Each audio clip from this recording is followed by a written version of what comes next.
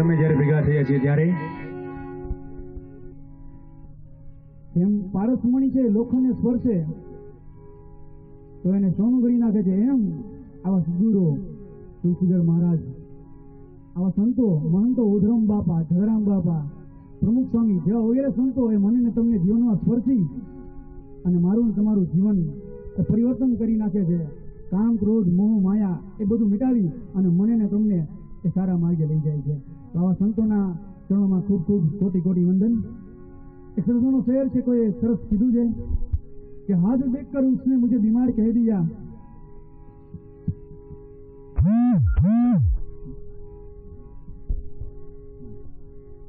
आभार, કે હાથ દેખકર उसने मुझे बीमार कह दिया. પેલા સમયમાં જ્યારે ડોક્ટર નહોતા, વૈદ્યો નહોતા, ત્યારે માણસ છે ને એ કોઈ ઋષિમુનિ પાસે જાય અને પોતાનું શરીરની વાત બતાવે કે મને તકલીફ આ છે, એ નાડી જોઈને ઋષિમુનિનો ઇલાજ કરતા. એટલે કે હાથ દેખકર उसने मुझे बीमार कह दिया, रोग का नाम हिंदुत्व से प्यार कह दिया.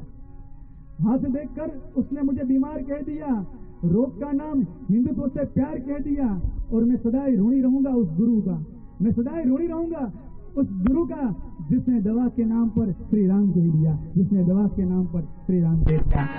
એવું સરસ મજાનું એ ગુરુ પૂર્ણિમાનો પાવન પર્વ છે.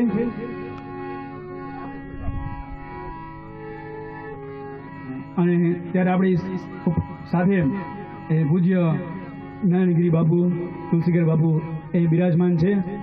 તો પહેલા સૌપ્રથમ પહેલું વંદન આપણે માતા પિતા ગુરુજનોને કરીએ છીએ. એક દુઓ છે ને કે ગુરુ ગોવિંદ દોનું ખડે કિસકો લાગુ પાય, બલિહારી ગુરુ આપકી જીને ગોવિંદ દિયો બધાય. આ સંતો, આ પુરુષો છે એ મને ને તમને એ ગોવિંદ બતાવે છે. તો આજે એ નિમિત્તે તમે ને હું એકત્રિત થયા છીએ.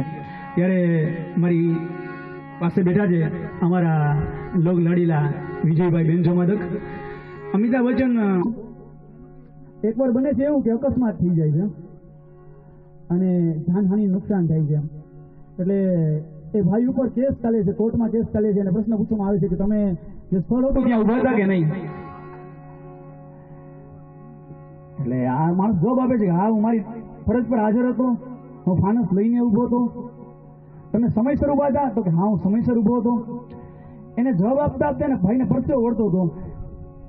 આ વાત પૂરી થઈ ગઈ. ત્યાં એ કોર્ટમાં નિર્દોષ જાહેર થઈ ગયો. મારા તમારા જેવા મિત્ર હોય ને એ પોતાના મિત્રને તો ઓળખી જાય ને. એટલે એને કીધું કે દોસ્ત, જ્યારે તમે જવાબ આપતા હતા એ સમયે તમારે પરસેવો વળતો એનું કારણ શું મને સમજાણું નહીં.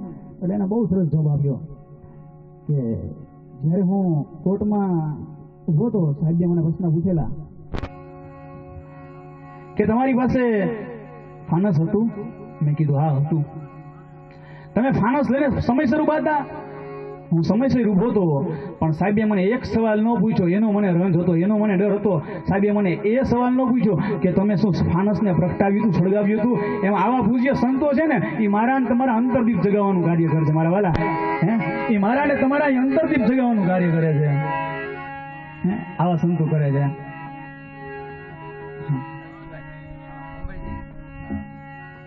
નરસિંહભાઈ આપણી વચ્ચે ઉપસ્થિત રહ્યા છે. એક ભજનનો નાતો છે.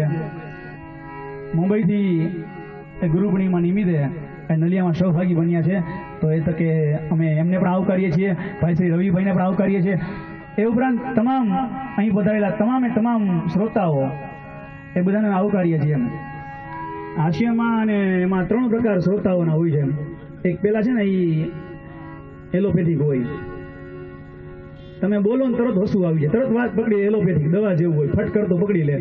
બીજા આયુર્વેદિક, લાંબા સમય ઉપડે બોલો એ વાત. અને ત્રીજા છે ને હોમિયોપેથિક, ઉપડે તો ઉપડે, નોય ઉપડે, અસર થાય તો થાય, નોય થાય. એમ વચ્ચે શેરની વાત કરી હતી આસિફભાઈ માટે, વચ્ચે બીજી વાત લીધી એટલે નીકળી ગયું. એના માટે એક શેર કહી દઉં છું, કારણ કે બહુ જૂનો નાતો છે.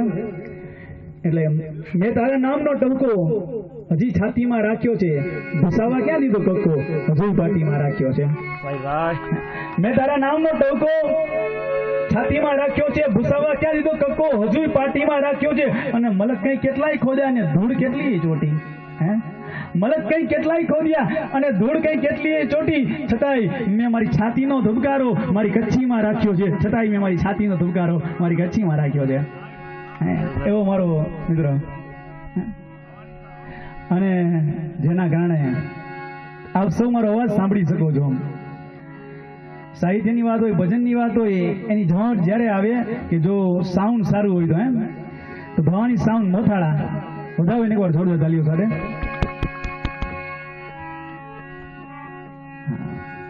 પાછળ નરેન્દ્રભાઈ ને વિનંતી કરીશ કે સ્ટેજ ઉપર આવે. સંતો મહંતો જે વધારેલા હોય એમનું ભવ્ય સ્વાગત છે અહીંયા. ભાઈ જમાવટ જો